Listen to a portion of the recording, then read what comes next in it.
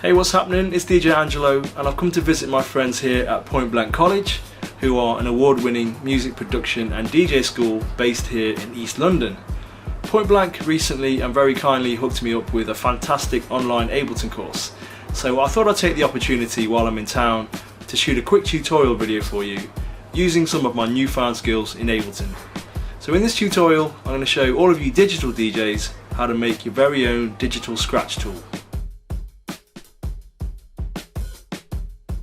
So today I'll be arranging my sounds in Ableton, which is a powerful and versatile digital audio workstation.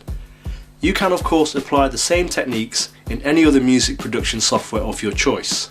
So the purpose of me arranging sounds in Ableton is so that I can create my own custom-made audio files, which can then be played back and manipulated on my turntables using a digital vinyl system.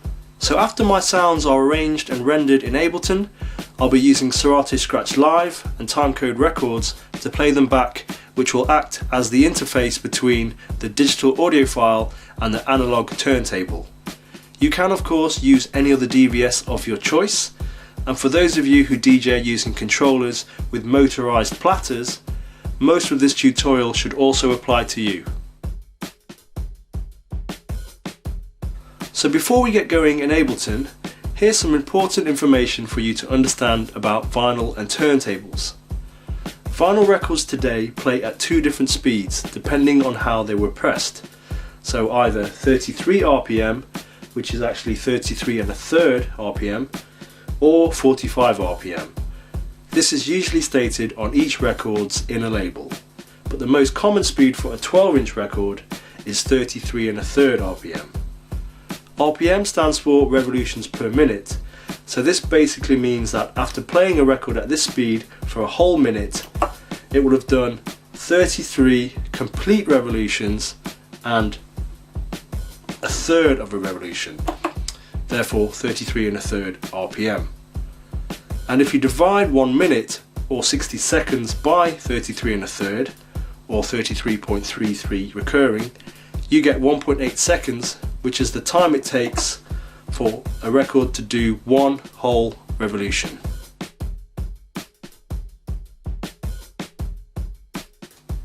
We know that records play in revolutions per minute, and we also know that music is measured in beats per minute, so it's clear that they are somehow related, and by understanding this relationship and taking this knowledge into Ableton, this is the key to knowing how to place sounds exactly where you want them to land on each record's revolution.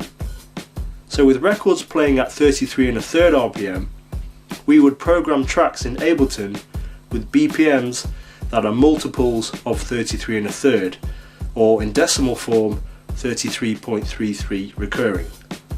And this will give us fixed positions on where our sounds can fall. So to demonstrate my theory, if I play a record at 33 1/3 RPM and the track on that record happens to be exactly 33 1/3 BPM, then naturally this would mean there would be one beat on each revolution of the record in exactly the same position. Well, I do in fact have a track loaded up which is 33 1/3 BPM, so we can now put this to the test. So if we think of our record as a clock face and start the track at beat 1 from the 12 o'clock position, every subsequent beat should also fall at the same 12 o'clock position.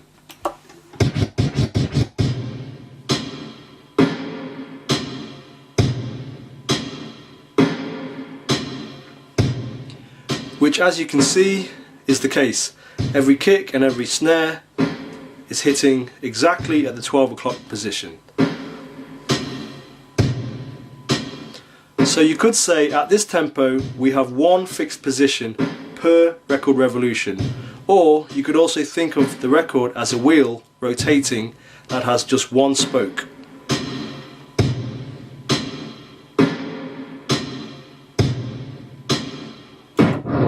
So if I now play a track that is double the last tempo, which would be 66 2/3 BPM, or in decimal form 66.66 recurring, and if I start the track again from beat 1 at the 12 o'clock position, then this time I would now have 2 beats for every revolution of the record. The first at 12 and the second at the 6 o'clock position, which is halfway through the record's revolution.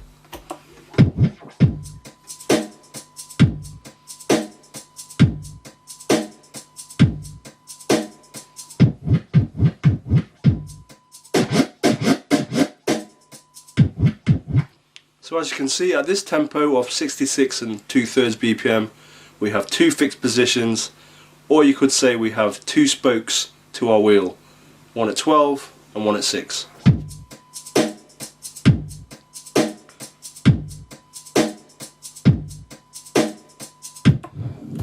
The next multiple of 33 1/3 is 100. So if we now play a track that's exactly 100 BPM, then this should mean that we would have 3 beats per record revolution. So again, I'm going to start my track at beat 1 from the 12 o'clock position. Let's check it out.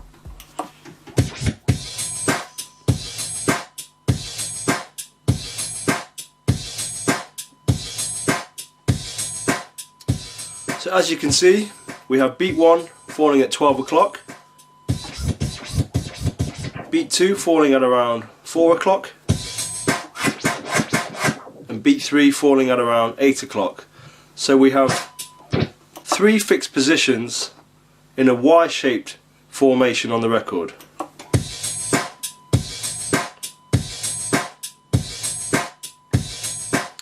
You can also hear that the beats that fall on each position alternate between a kick and a snare, due to this track having 4 beats per bar and there only being 3 fixed positions per revolution of the record, or 3 spokes to our wheel.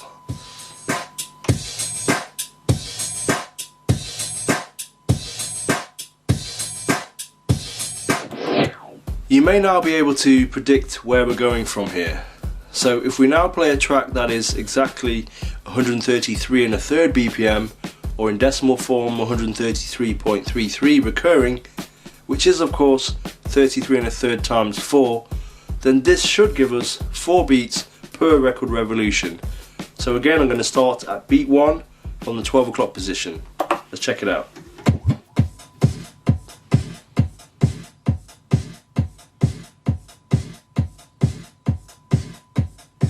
So as you can see, as expected, we now have 4 fixed positions.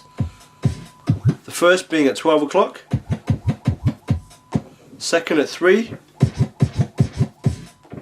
the third at 6 o'clock, and the fourth at 9 o'clock. So at this tempo we have 4 fixed positions, or you could say our wheel now has 4 spokes.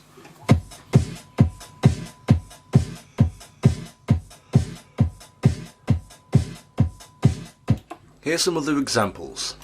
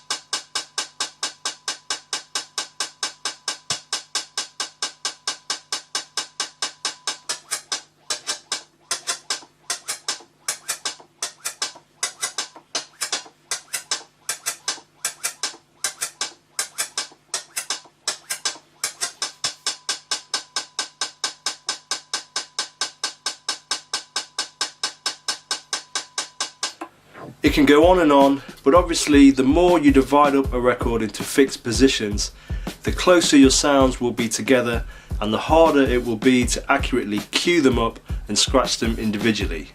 So let's take what we've learned so far into Ableton.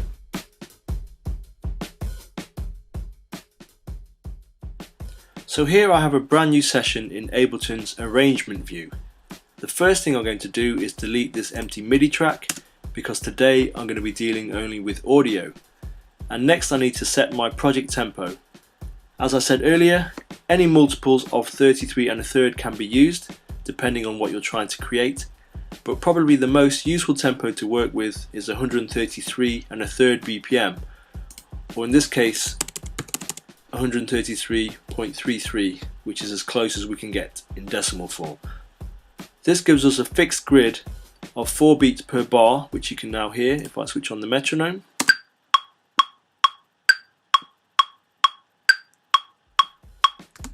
But more importantly, each bar is exactly 1.8 seconds long, which we learned earlier is also the exact same time it takes for a record to do one whole revolution at 33 1/3 RPM.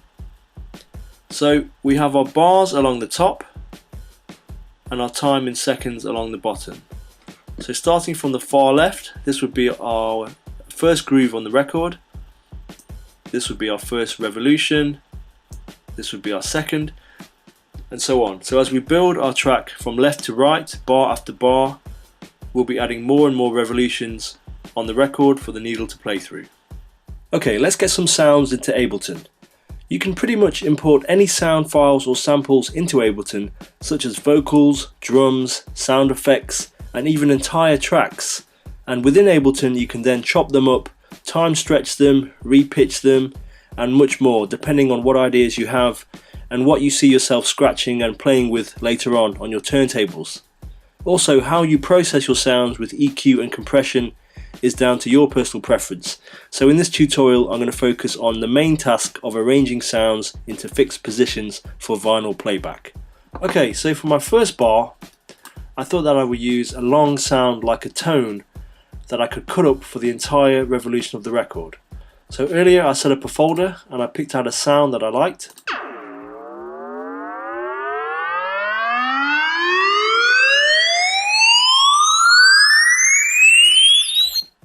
Okay, so basically it's a long rising tone which I found on a sample pack. So I'm going to drag this into audio track 1 in Ableton, and as you can see the sample is 4 bars long, which is longer than I need it to be because I only need a 1 bar sample. So I can either cut a 1 bar piece of this and delete the rest, but I think I would rather change its tempo and reduce the whole sample so that it fits within 1 bar, and that way I get to keep the full rising spectrum of the sound. And as Ableton has already warped the sample for me, all I have to do is reduce the BPM here and that will shrink the sample down. But before I do that, I'm just going to check the very start of the sample to make sure there's no unwanted silence. Okay, looks good to me.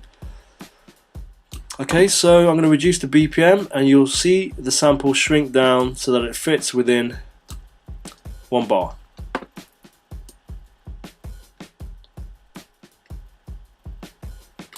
Okay, I can bring this back here.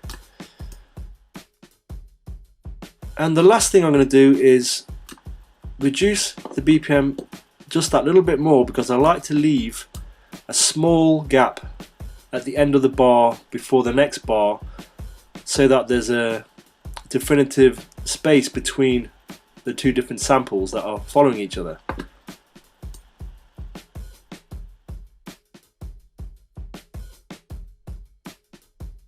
That should do it. So this is our first bar. Okay, so for our next bar I thought I would add 2 samples and spread them evenly on the record. So the first sample will be at the 12 o'clock position, which is always at the start of the bar, and the second sample at the 6 o'clock position, which will be halfway through the bar. I've decided to use the classic scratch samples and Fresh, which, if you didn't know, can be found at the very end of the B-side version of Fab 5 Freddy Change the Beat, which is an early hip-hop track from the 80s. I have the track here.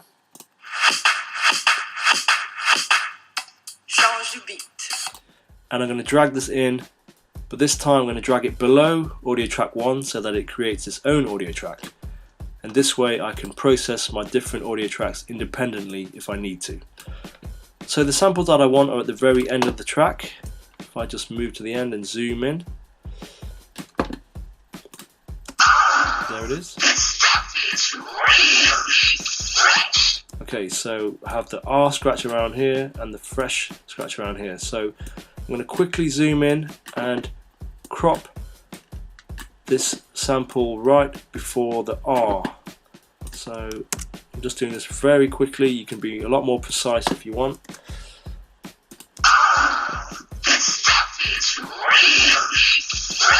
And here's the fresh. Again, I'm going to zoom in and crop. I'm using Command E to crop, which is Control E if you're using Windows, and everything else I can remove.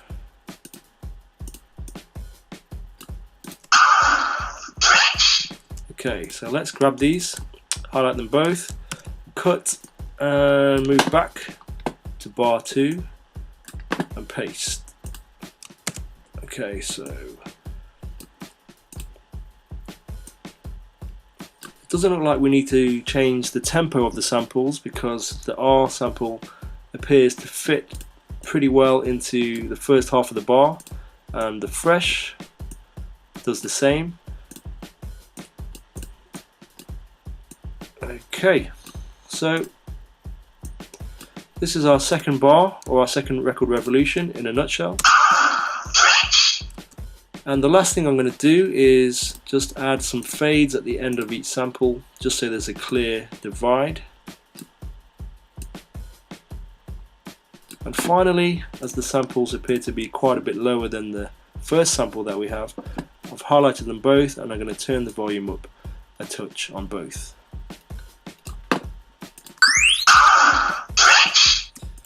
And for fun, I'm going to highlight them both and duplicate them to create another bar or another revolution on the record.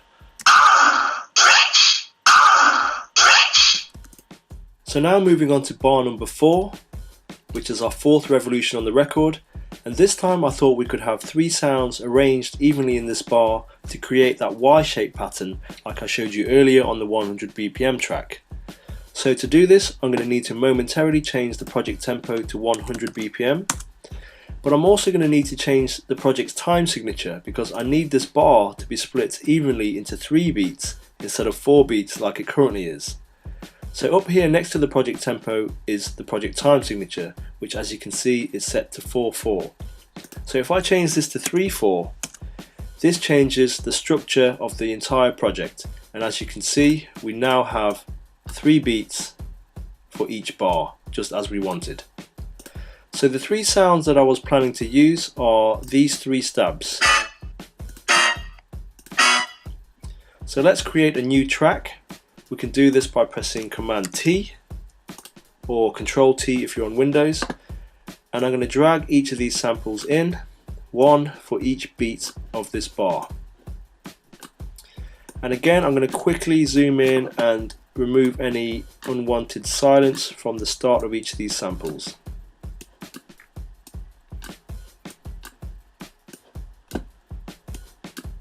Remember that this is just the first draft that we're working on, and whenever I make a scratch tool I come back to the project time and time again to tweak them, EQ them, compress them, things of that nature. So really I'm just working through this one as quickly as I can. Again I'm going to fade the edges of each of these samples. Okay, and before I change the project settings back to how they were, I need to consolidate these 3 samples into one clip. So if I highlight them all and press Command J, we now have one clip containing all 3 samples. And the last thing I need to do is to unwarp the clip. So now this clip will play at this tempo regardless of what I do to the project tempo. So now let's change everything back to how it was. So 133.33 BPM and a time signature of 4/4. And as you can see, we now have one bar with 3 samples arranged evenly to create that Y-shaped pattern when we play it back on the record. For our next record revolution, or bar 5, I'd like to try and do something different again. This time I'd like to add 4 samples, which is an easy one for us to arrange because our current time signature and tempo is already laid out for us to just drop 1 sample at the start of each of these beats. So this time I'd like to try and do something with some guitar samples, and I thought an ideal track to use is Beastie Boys' No Sleep Till Brooklyn, which has some nice clean guitar sounds at the beginning of the track. No sleep till.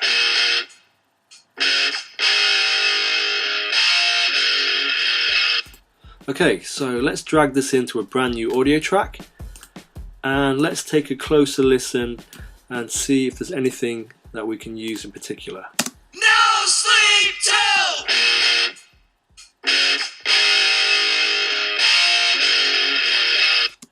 Okay, so there's plenty of options here, but I think the sound that caught my ears the most is this long, clean guitar tone here.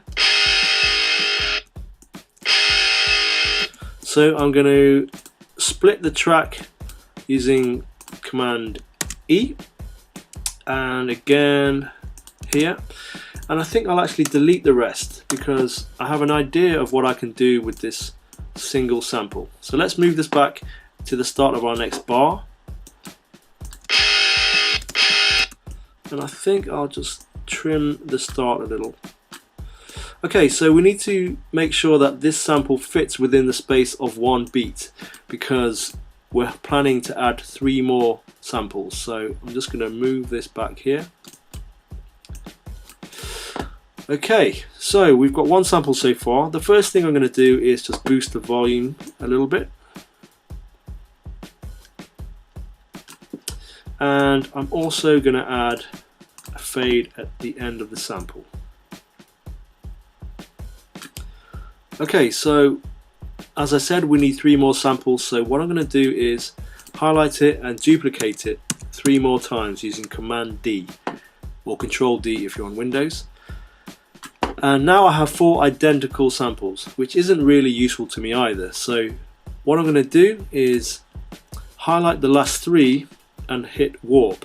And the reason I'm hitting warp is because I'm planning to change the pitch of these 3 samples. So for the second one, I'm going to pitch it up or transpose it up by 1 semitone. The third one I'm going to transpose up by 2 semitones, and the fourth one I'm going to transpose it up by 3 semitones. So now I have 4 samples, 4 different samples arranged in the cross shape formation like I showed you earlier on the vinyl. The first sample at 12 o'clock, the second at 3 o'clock, the third at 6 o'clock, and the fourth at 9 o'clock. So this is our 5th record revolution. I'm going to do one more example for you now, just so that you have a nice variety of different patterns.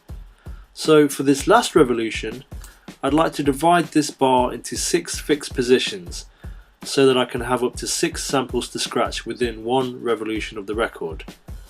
So to arrange 6 samples evenly and accurately within this 1 bar, I could set the project tempo to 200 BPM and the time signature to 6/4, and that would give me a grid of 6 beats per bar.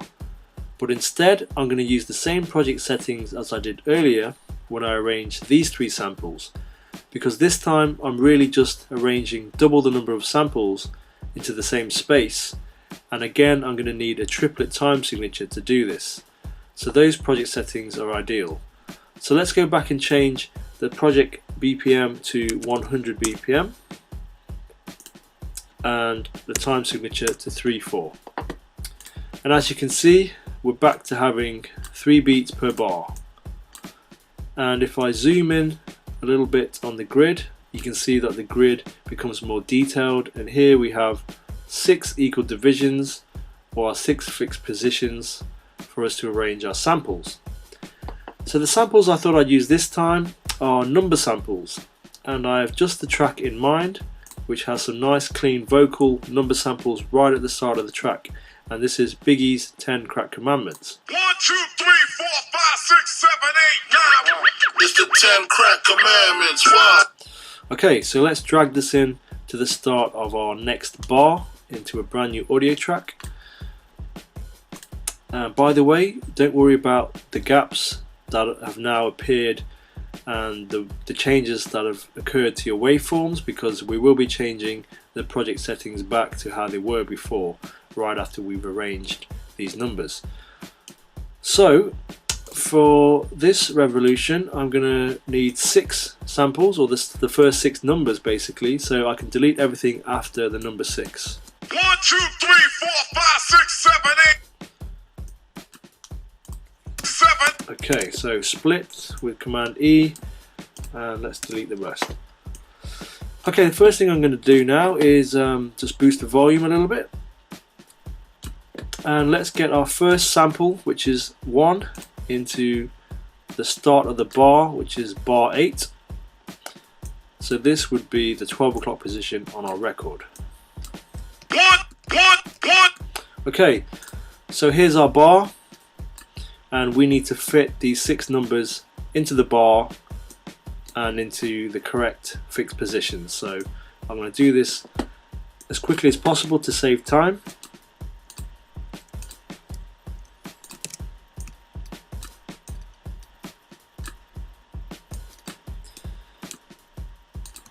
Okay, and there's number 3, number 4,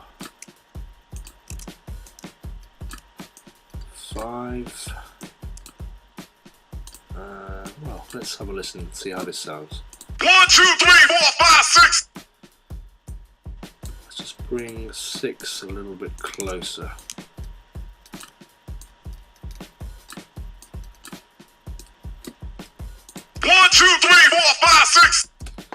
Okay, I think that will do for now, and as I always do, I'm going to fade the ends of each of the samples just to give me a little bit of silence in between the samples, so it makes it easier and cleaner to scratch them.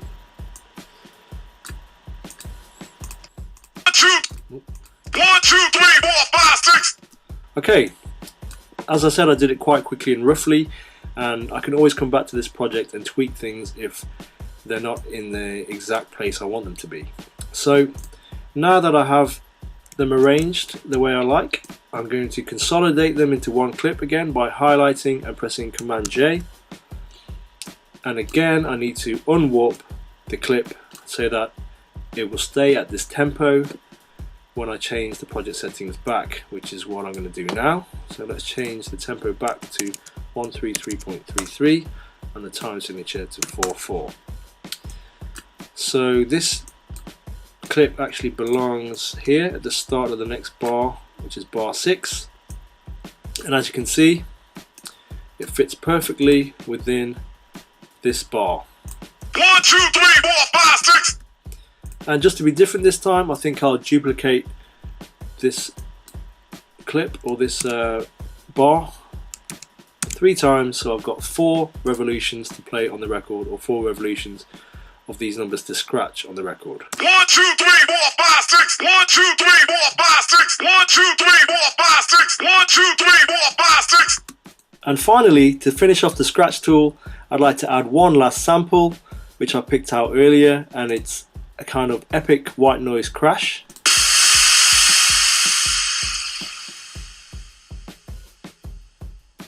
So let's add that to the very end of the scratch tool. So I'm going to create one last audio track with Command T or Control T if you're on Windows, and let's drag that into the last bar. Okay, so let's take the cursor back to 0 and review our scratch tool.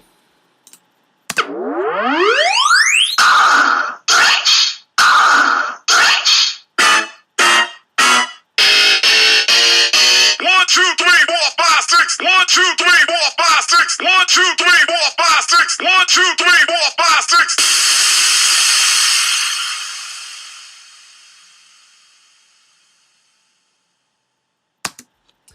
Okay, so there it is. Quite a short and random scratch tool, but really it's just been an exercise to give you some ideas and inspiration and show you some of the possibilities that Ableton can provide for you. As some extra tips, don't forget that you can combine a mixture of different samples and even a mixture of different arrangements into the same record revolution. You can also add beats to your tool And finally, your samples don't necessarily have to stay within the confines of a single revolution, especially if you're planning on cutting up long sounds or sentences. So before you approach Ableton, have a good idea of what sounds you want to use and what you'll be using your finished scratch tool with. So in general, have a think about what kind of performance you'd like to make on your turntables, and that will guide the production of your scratch tool. So I hope that helps. All that's left for me to do now is to save my project, export the audio file and load it into Serato Scratch Live so I can test it out on my turntables.